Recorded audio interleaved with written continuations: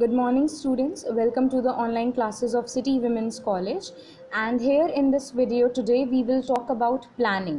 आज हम नियोजन के बारे में बात करेंगे and most importantly we will talk about the school planning. हम school planning के बारे में समझेंगे, ठीक है?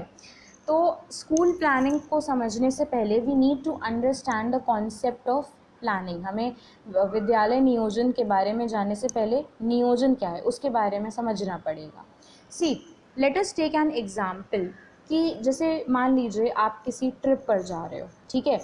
तो जब भी आप कहीं घूमने जाते हो या किसी भी ट्रिप पर जाते हो तो यू प्लान सर्टेन थिंग्स. हम हमेशा प्लानिंग करते हैं ना कि हम अगर उस जगह जाएंगे तो क्या क्या घूमेंगे या क्या क्या हम अपने साथ सामान लेके जाएंगे, what kind of activities we will be doing, all these things we plan. हम सब कुछ प्लान करते हैं. आप अपनी अगर डेली लाइफ को भी ले लीजिए, when ever you wake up in the morning you always plan the things which you have to complete in that specific day. हर एक दिन में भी हमें कौन कौन से काम ख़त्म करने हैं या पूरे करने हैं, उन सब चीज़ों के बारे में भी हम प्लान करते हैं. जब भी हम कोई काम करने जाते हैं the first thing we do is to plan about it. हम हमेशा उसकी तैयारी करते हैं और तैयारी करने के लिए हम कुछ चीज़ें उससे रिलेटेड सोचते हैं कि आखिर हमें वो काम कैसे करना है, and that is where the planning is involve. Now what you need to understand over here is कि planning is a future oriented task. जो planning है, ठीक है, वो एक future oriented task है. future oriented उसको क्यों कहा गया है? क्योंकि जो नियोजन है या जो प्लानिंग है वो हमेशा भविष्य को ध्यान में रख करके करी जाती है. जो काम आपका हो चुका है पहले या जो भी चल रहा है हम उसके लिए प्लानिंग नहीं करते. हम हमेशा जो हम काम करने वाले हैं हम उसके लिए प्लानिंग करते हैं, ठीक है? So now on your screens you can see that the meaning of the planning has been given over here. Now let us see कि आखिर planning है क्या, and then we will talk about the school planning. Now planning is the process of deciding in advance what is to be done, who is to do it, how it is to be done, and when it is to be done. यानी planning जो है ये हम पहले से यहाँ पे decide करते हैं, एडवांस में हम पहले से यहाँ पे डिसाइड करते हैं, तय करते हैं कि क्या काम होना है, ठीक है? Who is to do it, कौन उस काम को करेगा, how it is to be done, कैसे वो काम किया जाएगा, and when it is to be done, कब किया जाएगा. इस तरह के सवालों के जवाब हमें अपनी प्लानिंग में मिल जाते हैं. Now it is the process of determining a course of action so as to achieve the desired results. Now planning ये वो प्रोसेस है, ये वो प्रक्रिया है जहाँ पे आप पूरा अपना एक्शन प्रोसेस जो है वो डिटरमाइन करते हो कि चीज़ों को कैसे करना है, किस प्रोसेस से, किस प्रक्रिया को फॉलो करके आपको अपना काम करना है, so that you can achieve the desired results. जो भी आपको रिज़ल्ट चाहिए उसको अचीव करने के लिए जो भी आपको एक्शन लेना है वो सारी चीज़ें प्लानिंग में इन्वॉल्व होती हैं, ठीक है? It helps to bridge the gap from where we are to where we want to go. हम कहाँ पर हैं और हमें कहाँ जाना है, यानी हमारे थॉट से हमारे एक्शन तक, उस रिज़ल्ट तक हमें जोड़ने का काम प्लानिंग करता है, ठीक है? अगर आपके दिमाग में कोई आइडिया है तो उस आइडिया को कैसे इम्प्लीमेंट करना है, कैसे सक्सेसफुल बनाना है, वो सब प्लानिंग के तहत हो पाता है. Now planning make it possible for things to occur which would not otherwise happen. It is a higher order mental process requiring the use of intellectual faculties, imagination, foresight and sound judgment skill. Now ये जो planning की हम बात करें, जितना सुनने में आसान लग रहा है इतना है नहीं, बिकॉज सबके बस की बात नहीं होती है कि एक अच्छा प्रॉपर प्लान बना के तैयार कर पाएँ. बिकॉज प्लानिंग जो है एक बहुत ही हाई मेंटल एबिलिटी है, एक हाई मेंटल स्किल है जहाँ पर बहुत सारी चीज़ों का आपको ध्यान रखना होता है. Whenever you plan something you always focus on the pros and cons of everything. किस चीज़ के क्या फ़ायदे होंगे, नुकसान होंगे, ठीक है? आप हमेशा भविष्य को ध्यान में रखते हुए, सारे चेंजेस को ध्यान में रखते हुए, अनएक्सपेक्टेड इवेंट्स को ध्यान में रखते हुए हम प्लान करते हैं, ठीक है?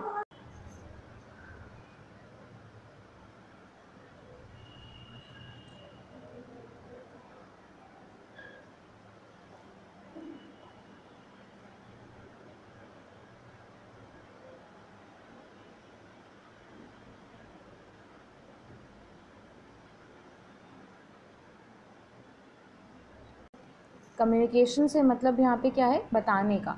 बताना मतलब कि भाई जिसको आपने जो भी रिस्पॉन्सिबिलिटी दी है, जो टास्क दिया है वो आप उन्हें समझाओगे, वो आप उन्हें बताओगे, ठीक है? और पीपल कैन इन्वॉल्व. अगर आपने अपना प्लान अच्छे से कम्युनिकेट करा है, आपने लोगों को समझाया है, बताया है, तो there is no lack of clarity, किसी भी तरह की क्लैरिटी की कमी नहीं होती, कोई कन्फ्यूजन नहीं होता, क्योंकि सबको पता होता है कि उन्हें क्या करना है, कैसे करना है, ठीक है। Then a strategic plan keeps everyone in a school from teachers to administrators connected. एक प्लान के तहत, एक अच्छे प्लान के तहत आप क्या कर सकते हो, आप सबको कनेक्टेड रख सकते हो, जोड़ के रख सकते हो सबको, ठीक है, चाहे वो टीचर्स हों, चाहे वो एडमिनिस्ट्रेटर्स हों। The best reason of all for strategic planning comes back to every great schools number one priority is students achievement. और एक अच्छी प्लानिंग के तहत आप बच्चों के एकेडमिक रिजल्ट्स को इम्प्रूव कर सकते हो, क्योंकि ओवरऑल आपकी सक्सेस तभी मेजर करी जाएगी जब आप बच्चों के एकेडमिक परफॉर्मेंस को सक्सेसफुल बना पाओगे, ठीक है। जैसे अब देखिए यहाँ पे बहुत सी चीज़ें लिखी हैं कि a combination of good planning and communication will ensure that all stakeholders, जो अभी हमने पहले पढ़ा था, including parents, teachers, administrators, principals, board members and community are all striving for the same goals। जब आप अपने प्लान को एक कन्विंसिंग तरीके से कम्युनिकेट करते हो, कम्युनिकेशन स्किल्स अब यहाँ बहुत मैटर करती हैं, ठीक है, क्योंकि आपको अपने प्लान में दूसरों को शामिल करना है, उनके एफर्ट्स आपको चाहिए ताकि आप उस प्लान को इनिशिएट कर सको और सक्सेसफुल बना सको। For that you need to make people believe in your plan, लोग आपकी प्लानिंग पे भरोसा कर सकें, कन्विंस हो पाएँ। इसके लिए आपको बहुत अच्छे से अपने प्लान को समझाना है, कम्युनिकेट करना है, एंड जितने अच्छे तरीके से आप अपने प्लान को कम्युनिकेट कर पाओगे, लोगों को समझा पाओगे, बता पाओगे, उतना ही अच्छा आपको सपोर्ट मिल पाएगा, and then everyone will work together in order to achieve the desired goals. जो भी गोल्स हैं उनको अचीव करने में लोग आपकी हेल्प कर पाएंगे, ठीक है। नाउ एक स्ट्रेटेजिक प्लान बनाने के लिए हमें बहुत सारी चीज़ों की ज़रूरत होती है, जैसे प्रॉपर बजट की ज़रूरत है, हमें टाइम की ज़रूरत है, there should be proper time management, ठीक है, the creation of high output teams and the consistent monitoring of all progress.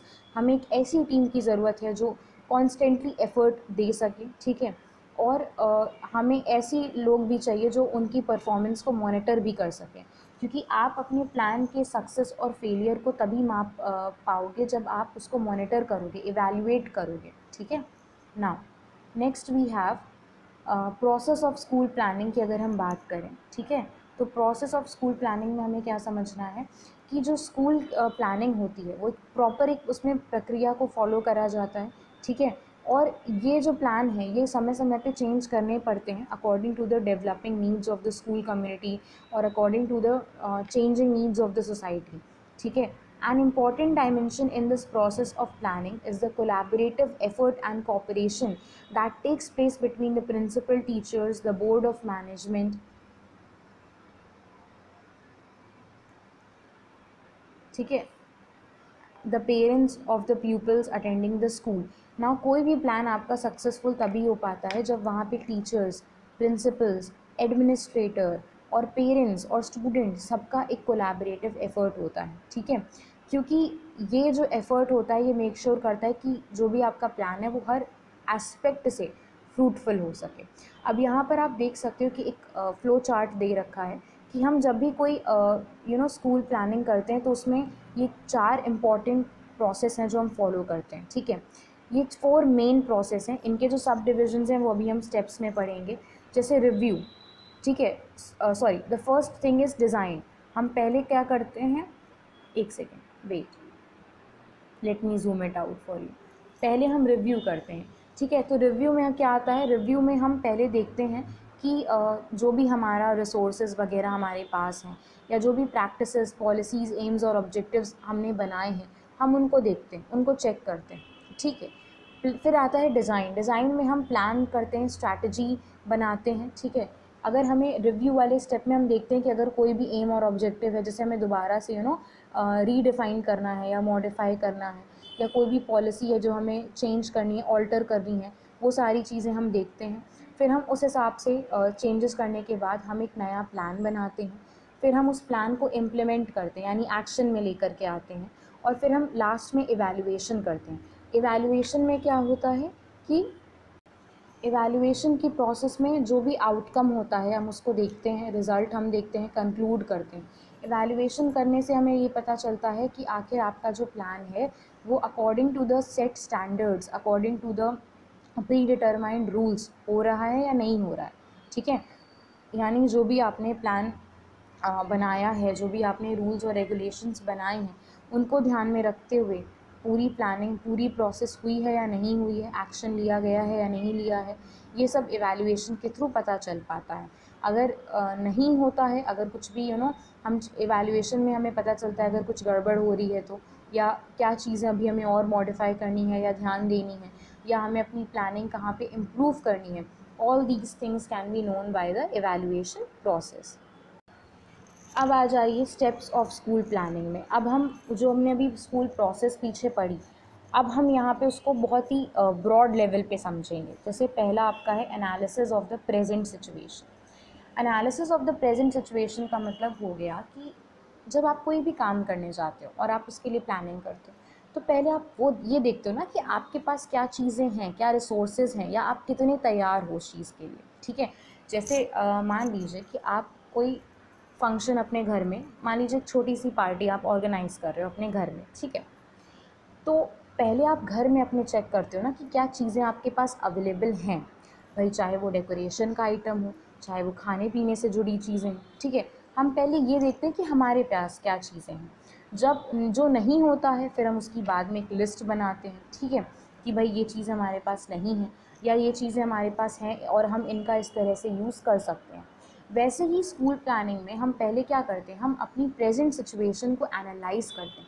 हम यहाँ पे देखते हैं कि हमारे पास क्या चीज़ें मौजूद हैं, हम किस सिचुएशन में हैं, हमारी क्या पोटेंशियल है, क्या कैपेबिलिटी है, ठीक है।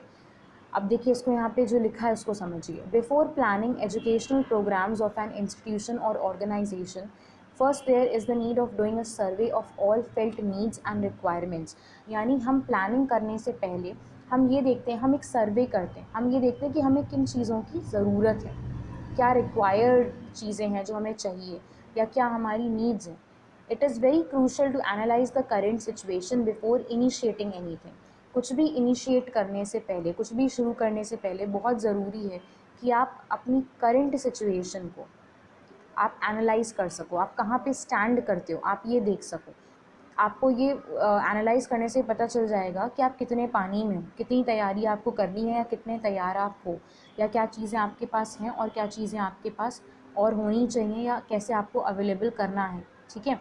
सो ये सब चीज़ें हम एनालाइज करते हैं अपने बारे में, ठीक है। तो आप यहाँ पे एक इन डेप्थ सर्वे करते हो अपने स्कूल एक्टिविटीज़ को, अपने स्कूल ऑब्जेक्टिव्स, अपने स्कूल एम्स को और अपने रिसोर्सेज को, ठीक है।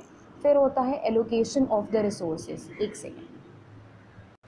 एलोकेशन ऑफ रिसोर्सेज में क्या आ जाता है कि जो हमारे पास संसाधन हैं, अब हमें उन्हें एलोकेट करना है, हमें उन्हें अपने पास लाना है, एक्वायर करना है उन्हें। तो अब हमने पहले देख लिया पहले स्टेप में कि क्या चीज़ें हमारे पास हैं और क्या नहीं हैं। तो जो रिसोर्सेज हमारे पास नहीं हैं, चाहे वो फिज़िकल रिसोर्सेज हों, चाहे वो आपके ह्यूमन रिसोर्सेज हों, चाहे वो फाइनेंशियल रिसोर्सेज हों, किसी भी तरह के संसाधन हों, उन्हें अब इकट्ठा करना है हमें। तो हम सेकेंड स्टेप में क्या करते हैं, हम उन रिसोर्सेज को एलोकेट करते हैं, ठीक है, ताकि वो जो ज़रूरतें हैं, जो रिक्वायरमेंट्स हैं, उन्हें फुलफ़िल किया जा सके, ठीक। फिर है आपका फॉर्मुलेशन ऑफ एजुकेशनल गोल्स। अब आप थर्ड स्टेप में अपने एजुकेशनल गोल्स को, अपने शैक्षिक उद्देश्यों को या शैक्षिक लक्ष्यों को फॉर्मुलेट करते हो, ठीक है। हम इस स्टेप में क्या करते हैं, हम अपने एजुकेशनल गोल्स को प्लान करते हैं, और प्लानिंग हम इस हिसाब से करते हैं जो हमारी नीड्स हैं, जो हमारे रिक्वायरमेंट्स हैं, या जो हमारे रिसोर्सेज हैं, उनको ध्यान में रखते हुए हम करते हैं, ठीक है। देन नेक्स्ट स्टेप हमारा है formulating a specific programme of objectives. अब हम यहाँ पे कुछ स्पेसिफिक ऑब्जेक्टिव्स हम करते हैं। देखिए दो तरह के गोल्स या ऑब्जेक्टिव्स होते हैं। एक होते हैं आपके कॉमन गोल्स जो सबके लिए कॉमन है, चाहे वो स्टूडेंट्स हो, टीचर्स हो, स्टूडेंट्स हो। और कुछ आपके स्पेसिफिक गोल्स और ऑब्जेक्टिव्स होते हैं, ठीक है, जो स्पेसिफिकली जो है ध्यान में रखते हुए जिनको हम अचीव करते हैं, वो आपके बाकियों के गोल्स के साथ कॉमन नहीं होंगे, ठीक है। जैसे अब यहाँ पे उन स्पेसिफिक गोल्स को, उन विशिष्ट उद्देश्यों को जो है प्लान करा जाता है, ठीक है, उनको ध्यान में रखा जाता है और उनको फॉर्मुलेट करा जाता है। फिर है प्लानिंग फॉर इम्प्लीमेंटेशन। अब आपने जो है अब तक पिछले जो 4 स्टेप हमने देखे, आपने अपना सर्वे कर लिया, आपने ये देख लिया कि आप कहाँ पे स्टैंड करते हो, ठीक है, किन किन चीज़ों की आपको ज़रूरत है, आपने अपनी नीड्स को समझ लिया, ठीक है। फिर आपने रिसोर्सेज अपने संसाधन उस हिसाब से इकट्ठा कर लिए, ठीक है। फिर आपने क्या करा, आपने अपने गोल्स स्टैब्लिश करे, आपने अपने ऑब्जेक्टिव्स भी स्टैब्लिश कर लिए, स्पेसिफिक ऑब्जेक्टिव्स। आपने अपने उद्देश्यों को, लक्ष्यों को तय कर लिया कि भाई ये हमारे गोल्स और ऑब्जेक्टिव्स हैं और हमें इन्हें अचीव करना है, और इन्हें ध्यान में रखते हुए हमें पूरी प्लानिंग करनी है, ठीक है। और इन्हीं को ध्यान में रखते हुए हमें अपने रिसोर्सेज जो हैं यूटिलाइज़ करने हैं। अब हम प्लानिंग करते हैं इम्प्लीमेंटेशन की, यानी अब हम उन सारी चीज़ों को हम एक्शन में कैसे लेकर के आएँ, उस चीज़ की हम प्लानिंग करते हैं। तो अब यहाँ पे क्या होता है कि हम प्रैक्टिकल एस्पेक्ट पर आ जाते हैं, ठीक है। जहाँ पर जितनी भी रिसोर्सेज हैं, चाहे वो ह्यूमन हो, मटीरियल हो या फाइनेंशियल हो, उनको हम इस तरीके से यूज़ करते हैं, इम्प्लीमेंट करते हैं, उनको इस तरीके से हम एक्शन में लाते हैं कि अब आप अपने गोल्स की तरफ बढ़ सको आगे, ठीक है।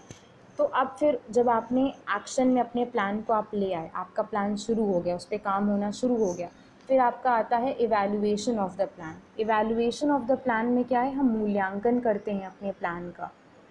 नाउ इवैल्यूएशन या मूल्यांकन बहुत इंपॉर्टेंट स्टेप होता है, क्योंकि I want to repeat it again कि आपका जो प्लान है वो कितना सक्सेसफुल हो रहा है या कितना फेल हुआ, उसके बारे में आप तभी जान पाओगे जब आप उसे इवैल्यूएट करोगे। जैसे फॉर एग्ज़ाम्पल, भाई बच्चे ने, अगर बच्चे की परफॉर्मेंस को हम कैसे इवैल्यूएट करते हैं, टेस्ट लेते हैं उसका, ठीक है। हम टेस्ट क्यों लेते हैं, चाहे वो क्लास टेस्ट हो, यूनिट टेस्ट हो, हाफ ईयरली हो, एनुअल टेस्ट हो, हम क्यों टेस्ट लेते हैं, ताकि हमें समझ में आए कि बच्चे को कितना समझ में आया, उसकी अंडरस्टैंडिंग लेवल को हम जांचते हैं, परखते हैं, ठीक है। इवैल्यूएट करते हैं बच्चे की परफॉर्मेंस को कि कौन सा बच्चा किस लेवल तक जो है वो अकेडमिकली अच्छा कर पा रहा है, या अभी उसे और ज़्यादा कोशिश करने की ज़रूरत है। वैसे ही हम अपने प्लान को इवैल्यूएट करते हैं, ये देखने के लिए कि भाई हमने जो प्लानिंग करी है वो सही से हो रही है या नहीं हो रही है, वो according to the set rules और रेगुलेशंस के साथ हो रही है या नहीं, जो हमने स्टैंडर्ड्स बनाए हैं उनको ध्यान में रखते हुए हो रही है या नहीं हो रही है, ठीक है। और अगर इवैल्यूएशन जब हम करते हैं तो क्या होता है कि जो भी कमी होती है, किसी भी तरह का जो भी कोई भी ऐसे हमने देखा कि नहीं ये एलिमेंट जो है वो नहीं होना चाहिए, या कोई भी अनडिज़ायरेबल रिज़ल्ट हम देखते हैं, वो सारी चीज़ें हम हटा पाते हैं, ओके। तो the major concern of this step is to know to what extent the plan has been effective to fulfill the needs of the educational program, and to find out the defects in the process of implementation of an educational program। यानी evaluation का main उद्देश्य या main concern क्या होता है, ये देखना कि हमारा प्लान कितना सक्सेसफुल हुआ है और किस लेवल तक हम अपने गोल्स और ऑब्जेक्टिव्स को अचीव कर पाए हैं, और अगर किसी भी तरह का कोई डिफेक्ट है, कोई कमी है, वो हमें फाइंड आउट हम कर सकें, हम देख सकें, ठीक है। ये हम पता कर पाते हैं और उस पूरी प्रोसेस को फिर से हम ठीक कर सकें, ये हम एवैल्यूएशन के थ्रू कर पाते हैं। फिर आपका आ जाता है री प्लानिंग एंड रिवाइजिंग, ओके। ना इसमें क्या होता है कि ये आपका लास्ट स्टेप है, ठीक है, री प्लानिंग और रिवाइजिंग में। री प्लानिंग और रिवाइजिंग में होता है कि भाई आपने अगर कोई कमी देखी या कोई, यानी या कोई आपको चेंज करना पड़ गया अपने प्लान में, ठीक है, तो वहाँ से आपको दोबारा री प्लान करना पड़ेगा ना चीज़ों को। अगर आपने कोई कमी देखी, अब आप उस कमी को दूर करना चाहते हो, कोई गलती देखी, उस गलती को ठीक करना चाहते हो, तो उसको ठीक करने के लिए भी तो आपको अपने करेंट प्लान में कुछ चेंज करने पड़ेंगे, यानी री प्लान करना पड़ेगा, दोबारा से आपको सोचना पड़ेगा चीज़ों को। और रिवाइज़ मतलब दोबारा वो चेंजेस लाने पड़ेंगे, ठीक है, मॉडिफाई करना पड़ेगा अपने प्लान को। तो जो भी आपको जो भी अपने हम इस स्टेप में, इस लास्ट स्टेप में उन डिफेक्ट्स को दूर करने के लिए हम अपनी प्लानिंग को रिवाइज़ करते हैं, दोबारा उन्हें रीप्लान करते हैं, ठीक है, ताकि वो जो कमियां थी उन्हें दूर किया जा सके और अपने प्लान को हम और ज़्यादा फ्रूटफुल बना सकें और अपने गोल्स और ऑब्जेक्टिव्स की तरफ उसे आगे बढ़ा सकें, ठीक है। तो ये पूरी एक प्रॉपर सीरीज़ थी, एक स्टेप्स थे जिनको हम फॉलो करते हैं, ठीक है, in order to achieve the successful results, ठीक है। कामयाब रिज़ल्ट्स पाने के लिए हम ये पूरा प्लानिंग का एक सीरीज़ फॉलो करते हैं, जहाँ पर हम पहले अपने अपने लेवल पर चेक करते हैं कि हम कहाँ पे स्टैंड करते हैं, क्या क्या चीज़ों की हमें ज़रूरत है। फिर हम उन रिसोर्सेज़ को एलोकेट करते हैं, जो चीज़ें हमारे पास नहीं हैं उन्हें हम इकट्ठा करते हैं अपने पास। हम अपने गोल्स और अपने ऑब्जेक्टिव्स को इस्टेब्लिश करते हैं, ठीक है, जिनको ध्यान में रखते हुए हमें अपने एक्शंस को कैरी ऑन करना है। उसके बाद हम अपने प्लान को एक्शन में लेकर के आते हैं, ठीक है। Once your plan is into action, एक बार आपका प्लान जब शुरू हो गया, प्रैक्टिकली हमने उसे शुरू कर दिया, तो हम उसे इवैल्यूएट करते हैं, उसे मॉनिटर करते हैं, चेक करने के लिए कि हमारा काम सही से हो रहा है या नहीं हो रहा है, नहीं हो रहा है तो क्यों नहीं हो रहा, किस वजह से हमारा प्लान सक्सेसफुल नहीं हो पाया, क्या कमी रह गई, क्या चीज़ें हैं जो हमें अभी उसमें और इम्प्रूव करनी है।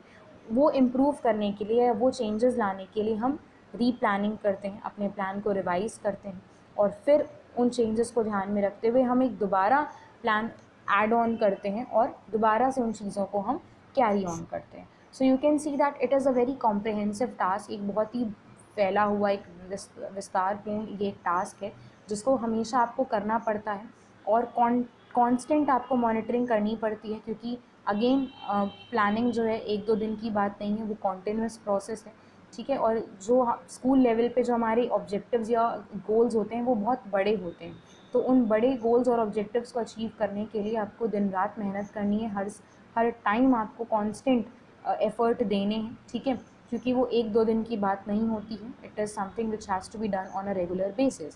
सो this is how school plan works, जहाँ पे स्कूल के हर एक एक्टिविटीज़ को, हर रिसोर्सेज को ऑर्गेनाइज़ करा जाता है, प्लान करा जाता है कि उन्हें कैसे हमें सही तरीके से, सिस्टमैटिक तरीके से एक्शन में लेकर के आना है और कैसे हम उनका इस्तेमाल कर सकते हैं अपने गोल्स और ऑब्जेक्टिव्स को अचीव करने के लिए, ठीक है। So we will stop right here in this video and in the next video हम आगे स्कूल प्लानिंग के बारे में समझेंगे, उसके कैरेक्टरिस्टिक्स वगैरह के बारे में हम समझेंगे।